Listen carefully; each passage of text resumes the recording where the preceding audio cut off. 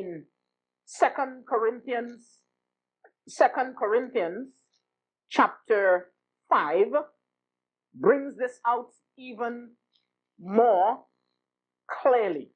In 2 Corinthians chapter 5, we can read from verse 2 there. It says, "For in this we groan." And this is what Paul says, the whole creation groan, and we groan within ourselves, waiting for the adoption, to wit, the redemption of the body.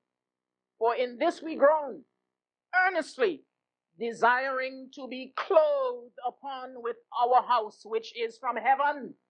This is what we are. We are groaning to be clothed with this garment of salvation. "If so be that being clothed, we shall not be found naked." Now, we don't want to be like Laodiceans, to be found naked.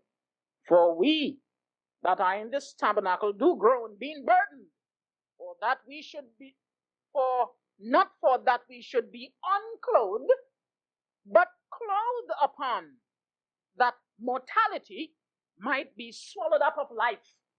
Now he that hath wrought for us the selfsame thing is God, who also hath given us the earnest of the Spirit." This is what Paul is saying here. He has given us the earnest of the Spirit, and we are groaning. We are groaning to be clothed. We are groaning to be given this garment of salvation. And in Ephesians chapter 1 and verse 14 there, he calls it the earnest of the Spirit. In 1 Corinthians chapter 15 and verse 42, Paul says there, in 1 Corinthians chapter 15 and verse 42, we are told, "So also is the resurrection of the dead. It is sown in corruption. It is raised in incorruption. It is sown in dishonor. It is raised in glory. It is sown in weakness. It is raised in power. It is sown a natural body. It is raised a spiritual body. There is a natural body and there is a spiritual body. And so it is written, the first Adam was made a living soul. The last Adam was made a quickening spirit." And this is what we are looking forward to.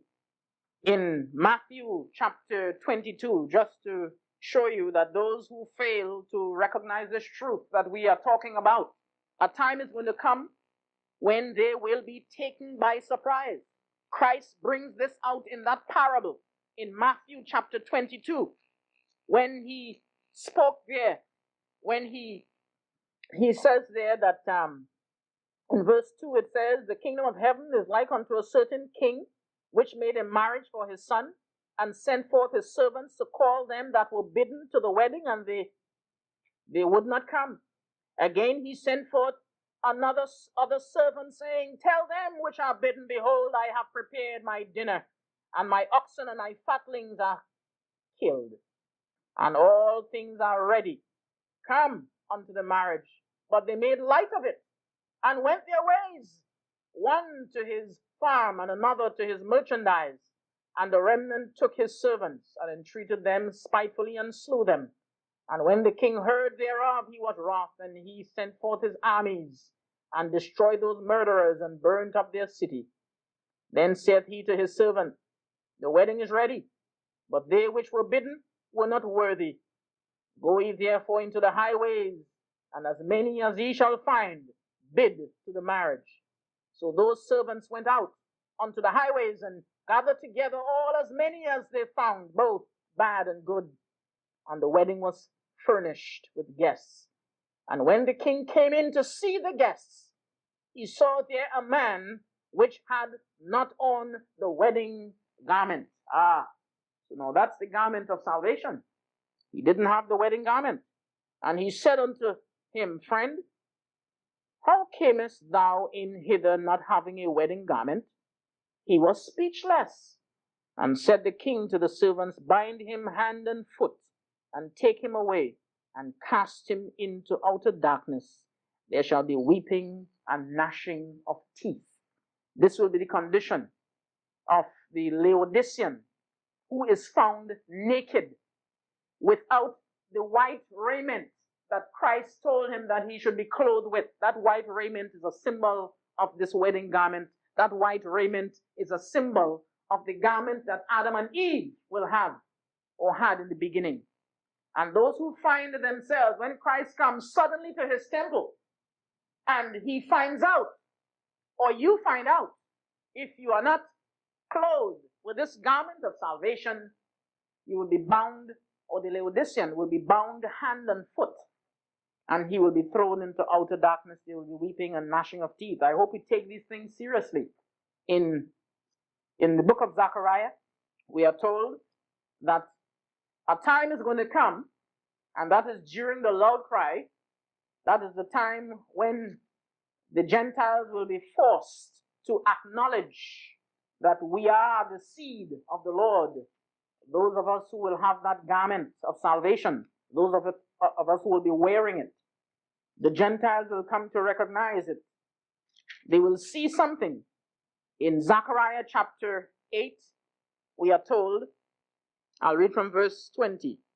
Thus saith the Lord of hosts, it shall yet come to pass that there shall come people, and the inhabitants of many cities, and the inhabitants of one city shall go to another, saying, let us go speedily to pray before the Lord, and to seek the Lord of hosts.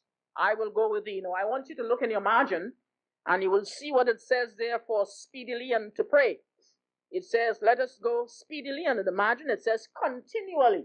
So in other words, these people will not be going to come back. These people will be going to remain there to pray. And look what it says to pray. In the margin it says to entreat the face. So it says you'll be going to entreat the face of the Lord. So this is why you are going up to Jerusalem to remain there. You are going up to Jerusalem because the Lord will be there. You are going up to Jerusalem to pray before the Lord. Now, if the Lord isn't there, why will you leave Australia or England or Canada or the United States to go up to Jerusalem to pray? Why don't we go up to Jerusalem to pray now? Because the Lord isn't there. But when the Lord is there, the news that the Lord is there will be proclaimed among the nations. And there will be a people who will be witnessing to the world that the Lord is there. What is it that these people will have that will convince the world that the Lord is there? You know what they will have? They will have the garment of salvation. And this is what it says here. For it goes on, it says, yea, verse 22, many nations or many people and strong nations shall come to seek the Lord of hosts in Jerusalem and to pray before the Lord. Thus said the Lord of hosts, in those days it shall come to pass that 10 men shall take hold of all the languages of the nations, even shall take hold of the skirt. Notice carefully.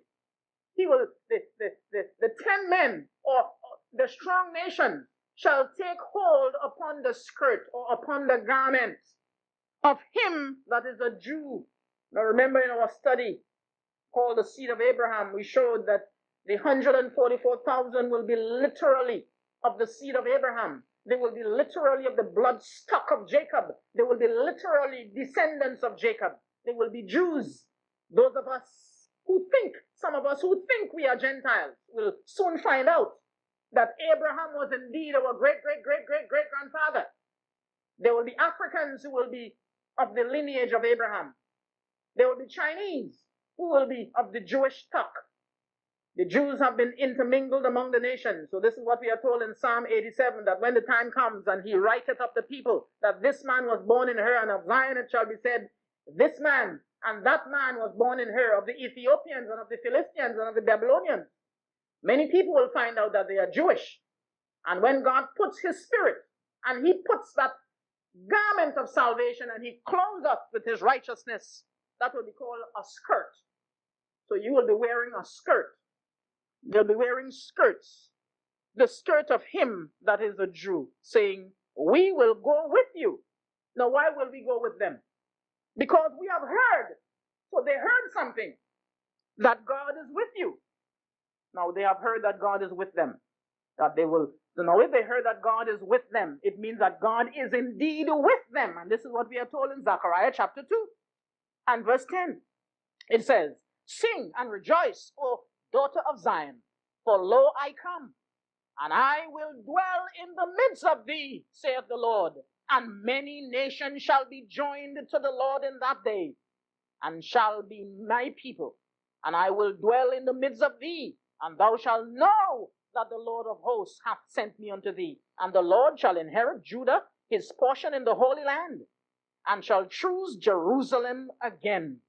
Be silent, O flesh, before the Lord, for he is raised up out of his holy habitation. How beautiful this is to know that the Lord will be in the midst of his people. How beautiful it is to know that the Lord is going to clothe us with the garment of salvation. Follow our studies at Solemn Thought Ministries on YouTube to learn more.